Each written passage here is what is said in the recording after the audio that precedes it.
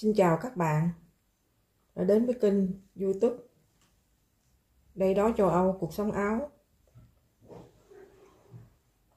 Hôm nay Huyền sẽ cùng với các bạn vào bếp để làm món bánh trung thu nướng đậu xanh, nhân đậu xanh. Bây giờ đầu tiên là mình phải đi nấu đậu xanh, sau đó mình sên đậu xanh. Và sau khi Huyền nấu đậu xanh xong và sên đậu xanh xong thì bắt đầu mình sẽ đi đóng bánh nướng nha các bạn. Bây giờ Huyền sẽ đi ngâm đậu xanh.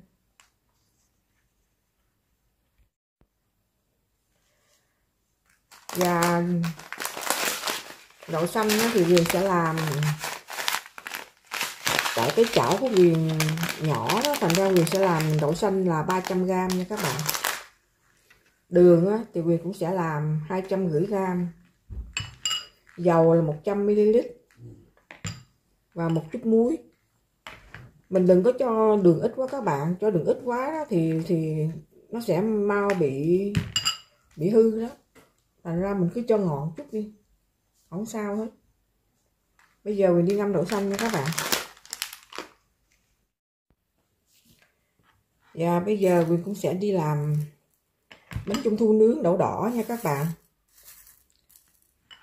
Thì ở đây là nửa ký đậu đỏ, 450g đường, 100ml dầu ăn và một chút muối. Khi nào Huyền nấu xong đậu, Huyền sẽ sên đậu và Huyền sẽ vo cục lại, và sau đó mình sẽ đóng bánh luôn. Bây giờ Huyền sẽ đi ngâm nha các bạn. Huyền đi ngâm đậu đỏ. Ngâm đậu này cũng phải 4-5 tiếng đó các bạn. Bắt đầu mình nấu. Có lẽ Huyền sẽ nấu cái nồi áp suất cho nó nhanh. Bây giờ Huyền đi ngâm các bạn.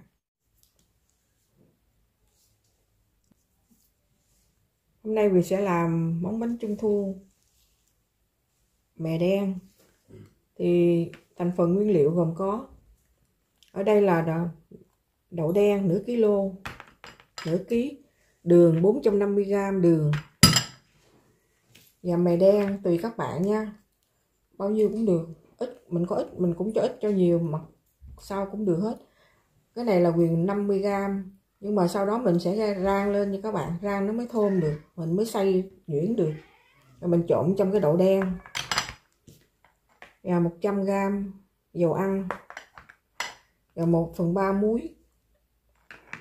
Bây giờ đầu tiên Huyền sẽ đi ngâm đậu đen và mè, Huyền sẽ đem đi rang, xong đó Huyền xay nhuyễn cho nó thơm. Khi nào xong hết, cái đậu này Huyền cũng phải sên trên bếp nè các bạn, sên trên bếp cho chín, rồi sau đó mới đóng bánh được, mới vo tròn rồi đóng bánh được. Bây giờ bắt đầu mình đi ngâm đậu đen nha các bạn. Bây giờ chúng ta bắt đầu làm sơ chế cái khoai môn với lại khoai tím để mình làm bánh trung thu nướng khoai môn nha các bạn. Thì khoai môn là Huyền làm 2 củ, tùy các bạn nha, làm 2 củ hay 1 củ cũng được. Thì mình sẽ bào vỏ đi, bào vỏ xong rồi mình đem luộc. Khi nào luộc chín hết đó thì mình sẽ cho đường, và sau đó sẽ xay nhuyễn và mình sên trên bếp. Khi nào sên trên bếp xong xuôi hết thì mình đem ra mình đóng bánh nha các bạn, và bỏ đường vô và sên trên bếp. Sên cái này lâu lắm đó, 1 tiếng đồng hồ đó.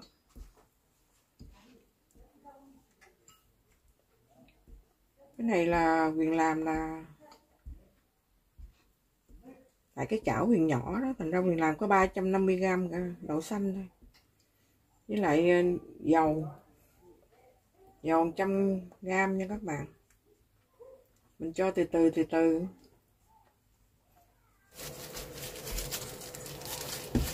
Coi như nó xong rồi nè các bạn.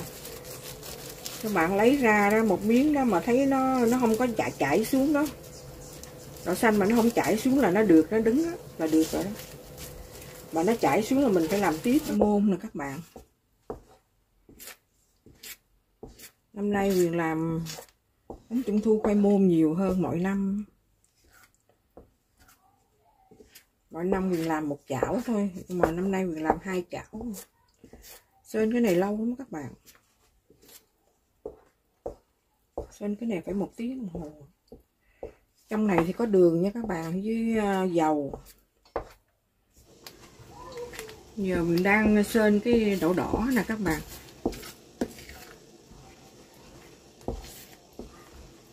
Cái này là đậu đỏ. Cái màu nó không đỏ, một chút nó cũng lên đỏ lắm.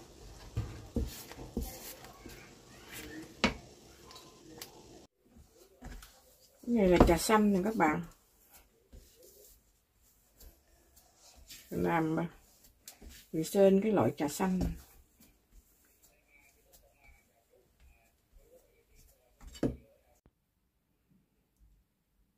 Cái trứng này Huyền đã ngâm nè các bạn, cũng được 27 ngày vậy đó. Bây giờ mình đem ra để mình chuẩn bị làm bánh trung thu. Bây giờ Huyền đem đi ngâm rượu. Mình ngâm rượu một chút nha các bạn. Ở đây là Huyền có rượu mai quế lộ nè. Mình ngâm bao cái lộ này cũng được 3 tháng rồi đó. Mình chế một chút vô các bạn, mình ngâm chừng chút đi rồi cho nó đỡ mùi tanh á. Rồi bắt đầu mình vớt ra, mình đem đi nướng. Mình nướng trong lò nướng khoảng 5 phút thôi nha các bạn, đừng có nướng lâu quá. 5 phút lửa nhỏ. Sau đó mình đem ra để mình gói trong bánh. Bây giờ bắt đầu mình đem trộn nhân nha các bạn. Nói chung nhà mình muốn thích nhân nào thì mình bỏ nhân đó nha. Ví dụ như một cái bánh các bạn làm 180g á, thì cái vỏ bánh là 50g rồi. Thì cái phần hột vịt muối là 10g. Hột vịt muối khoảng 10g là 60g. Thì còn lại là 120g nha các bạn. Mấy cái nhân 120g. Các bạn làm nhiêu bánh các bạn nhân lên nha. Có thể các bạn cho 123g cũng được. Rồi Huyền sẽ chuẩn bị nhân cho đủ cái số lượng mà mình làm đó. Ví dụ như bây giờ mình cần là 100, mình làm bao nhiêu cái thì mình sẽ nhân lên. Mình trộn, mình bỏ vô xong bắt đầu mình trộn cho các bạn xem nha.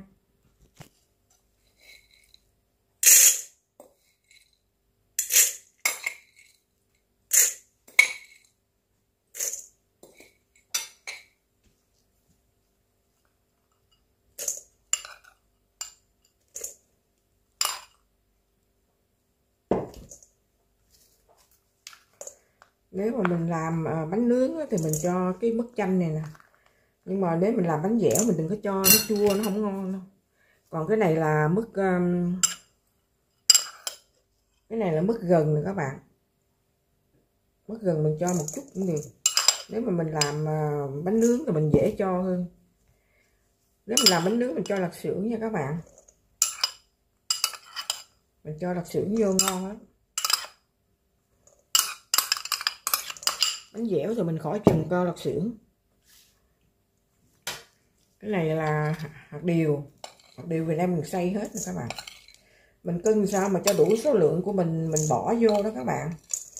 Mình làm một cái bánh bao nhiêu bánh đó thì mình bỏ vô vậy thôi. Cái này là hạt măng đèn, hạt hạnh nhân. Mình cũng đem xay luôn. Hạnh nhân. Còn cái này là mứt bí nè các bạn. Mứt bí mình cũng đã ấy xong rồi. Nói chung tất cả ở đây là 10 loại nơ mứt đó, 10 loại hạt các bạn. Cái này là hạt sen.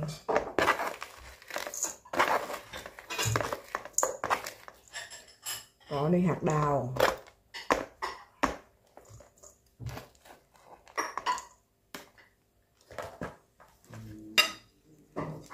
Cái này hạt nút nè các bạn. Mình trừ hao nước đường mình bỏ vô nữa nha. Cái này là hạt mè.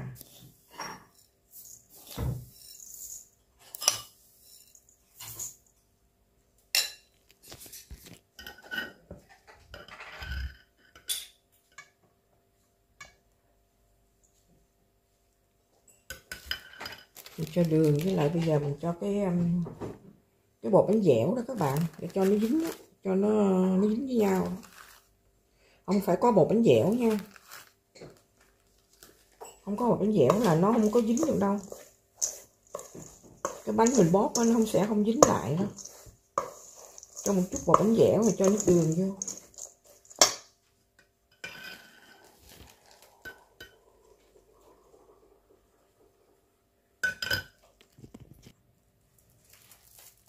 Cái nhân này Huyền cân rồi nè các bạn, là 120g, với lại cái trứng vô là 130g. Cái bánh Huyền làm sẽ là 180g nha các bạn.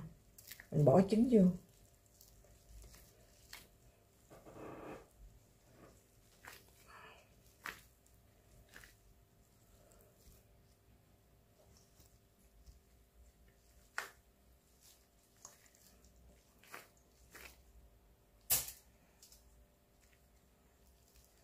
Mình ấn cái trứng giữa nè các bạn. Bây giờ mình làm đến nhân đậu xanh nè các bạn. Các bạn nhớ đeo găng tay nha, nếu không là bánh mau hư lắm. Mình cho một cái trứng giữa này. Mình bóp vô 130g đó các bạn.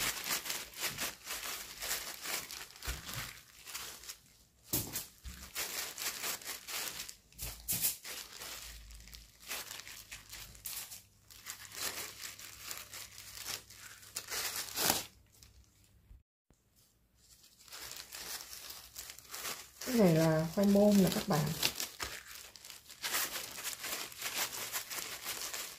Khoai môn mình cũng cho trứng nữa.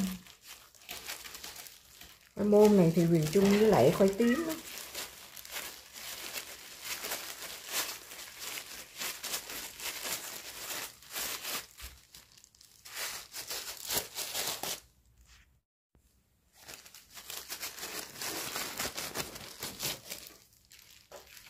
Mình làm cái đậu xanh này các bạn. Mình bỏ một cái trứng vô.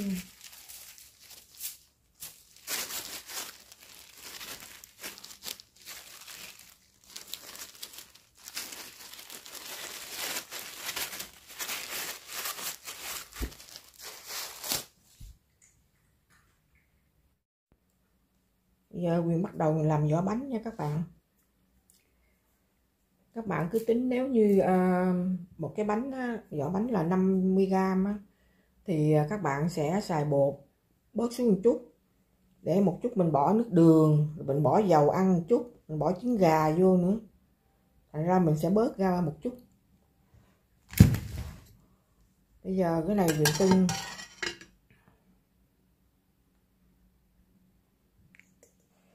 trong tất cả mọi thứ Huyền đều trong cái phần mô tả nha các bạn. Các bạn muốn coi thì các bạn vô phần mô tả và bạn coi.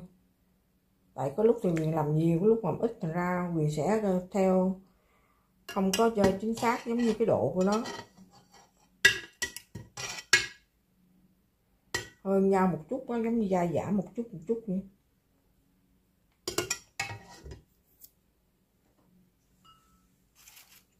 Mình cho một chồng đỏ, chồng đỏ hột gà các bạn.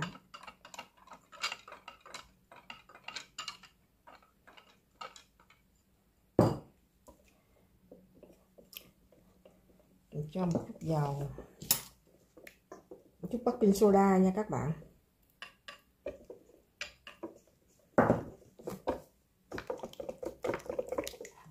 Mình cho một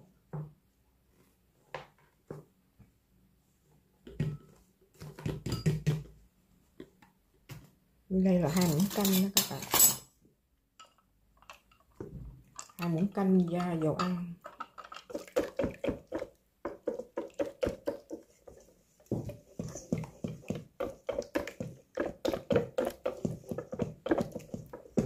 Bây giờ mình rây bột vô nha các bạn.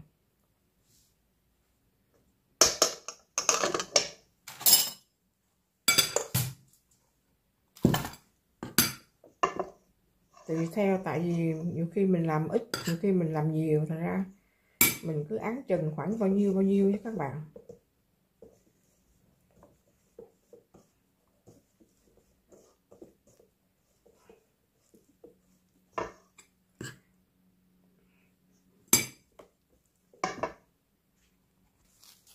Bột mình cũng đã làm xong rồi các bạn. Bây giờ mình ủ nửa tiếng nha.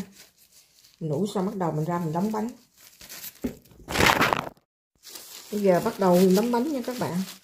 Mỗi bột này là Huyền cân ra 50g đó các bạn. 50g đó. Mình đừng có cho bột nhiều quá, nó không ấy đâu. Các bạn coi nè, nó mềm nè. Các bạn khỏi cần là phải cán. Không cần phải cán bột đâu. Cán bột là bột cứng lắm là không ngon đâu đó. Cái này không có cần cán bột đâu. Các bạn cứ bẻ bẻ ra về là xong nè.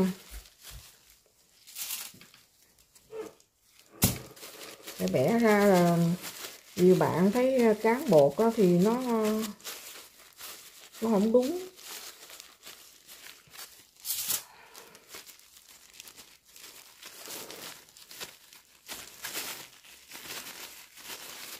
Mình làm bột nó càng mỏng càng ngon nha các bạn. Cái bánh này càng mỏng càng ngon. Đừng có để không khí vô. Các bạn chỉ có làm từ từ á.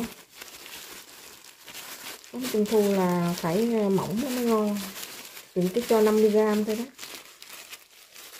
Các bạn thấy nè. 50g là vừa đủ luôn một cái bánh 180g nữa.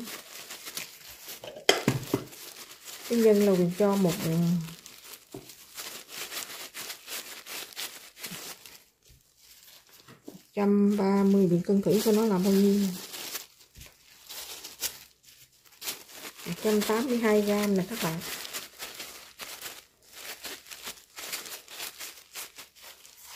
Giờ mình làm mình đóng khuôn.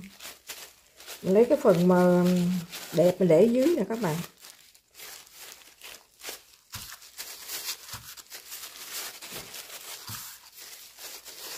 Các bạn đừng có cho bột nhiều quá. Bột nhiều quá nó không ấy đâu.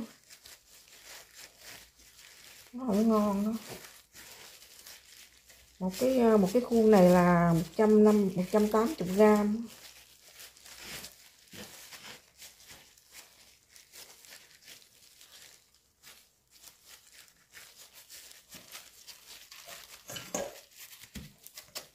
Nếu mình thấy nó lõm ở chỗ này thì mình cho một chút cũng được.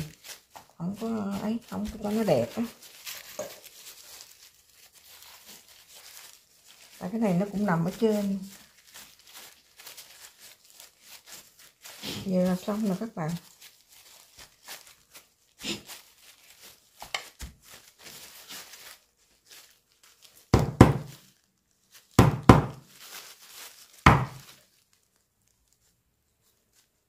Cái này mình cho ít bột ở trên bây giờ nó này bánh tập cẩm nha các bạn.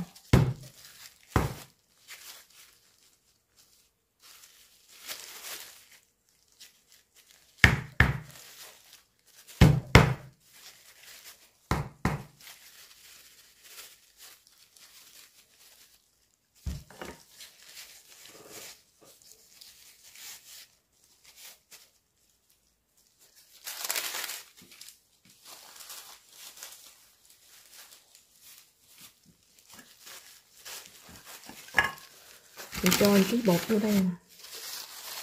Không là nó dính.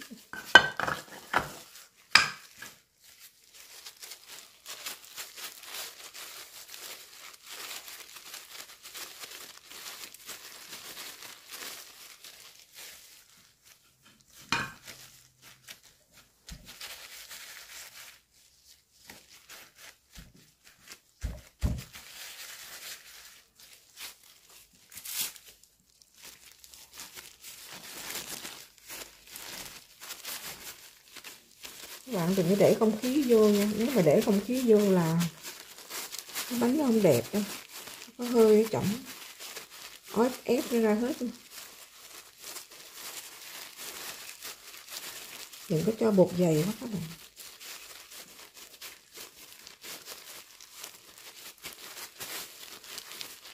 Mươi gram là được rồi. Bánh 180 các bạn cho 50g đủ. Nếu chỗ nào nó hơi ấy thì các bạn cho nó thêm một chút, 1g nữa cũng được.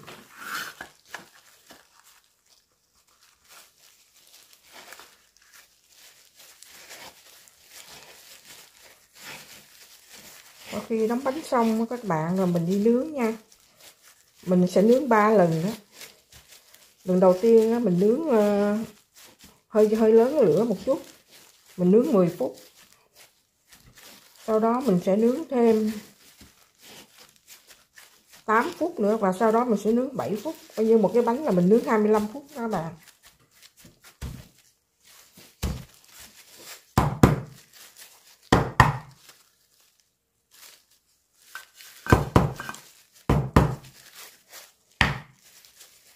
Mấy cái khuôn này là lâu lắm rồi xưa. Mình về Việt Nam mấy lần mình quên mua. Bây giờ nó có mấy cái khuôn lò xo. Mà ở trên Amazon nó bán thì khuôn lớn, khuôn thì nhỏ quá, khuôn thì lớn quá. Cái khuôn loại này không có. Khuôn loại 280g không có. Các bạn xem.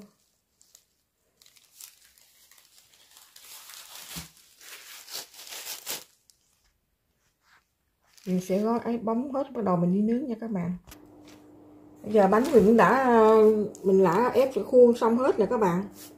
Bây giờ mình đi nướng. Trước khi mình nướng bánh đó, mình để bếp lò nó trước 15 phút nha các bạn. Và trước khi mình bỏ vô trong ấy thì mình nhớ xịt nước nha, xịt sơ á. Xịt cho nó khỏi bể bánh đó. Rồi vậy là xong rồi các bạn. Bây giờ mình bỏ lò nướng nha. Đầu tiên mình nướng 10 phút. Lần sau mình nướng 8 phút. Và lần sau nữa 7 phút. Vậy là xong đó các bạn. Bây giờ mình đem vô lò. Cái này là mình nướng 10 phút rồi nè các bạn. Bây giờ mình xịt nước đó. Cho nó nguội nha. Nó nguội xong rồi mình mới chét. Mình quết cái lớp ở trên á. Mình quết cái lớp gồm một cái tròn đỏ trứng gà. Với một miếng dầu mè. Với lại một miếng sữa tươi. Mình quết mỏng thật mỏng nha các bạn. Bây giờ mình để cho nó nguội. Bây giờ mình xịt nước cho nó nguội xong rồi mình để nó.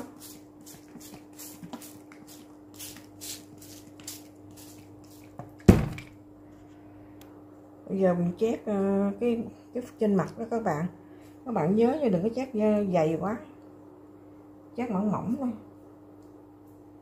Chét mỏng mỏng rồi nó đẹp hơn đó.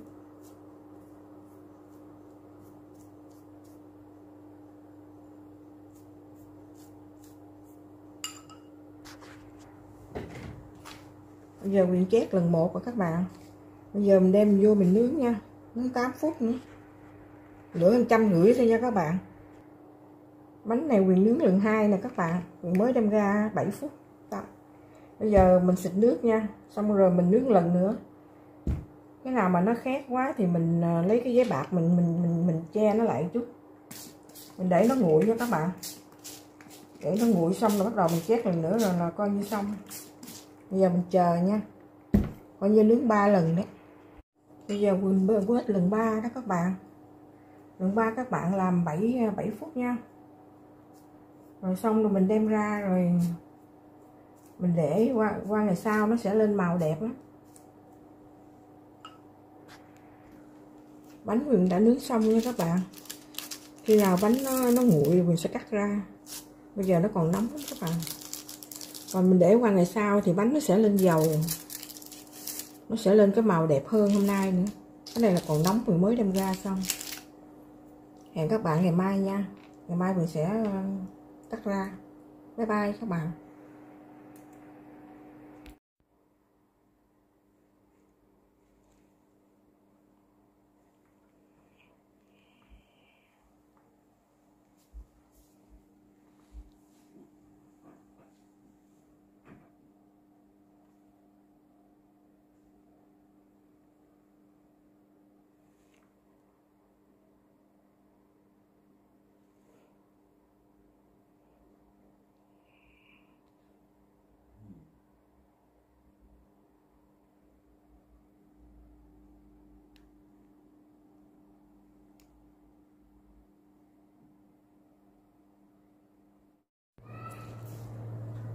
Bánh trung thu nướng cho mùa trung thu năm nay Quyền đã làm xong tất cả các bạn.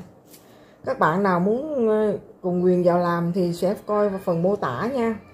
Ở đây Quyền sẽ làm Quyền sẽ làm tất cả là 5 loại.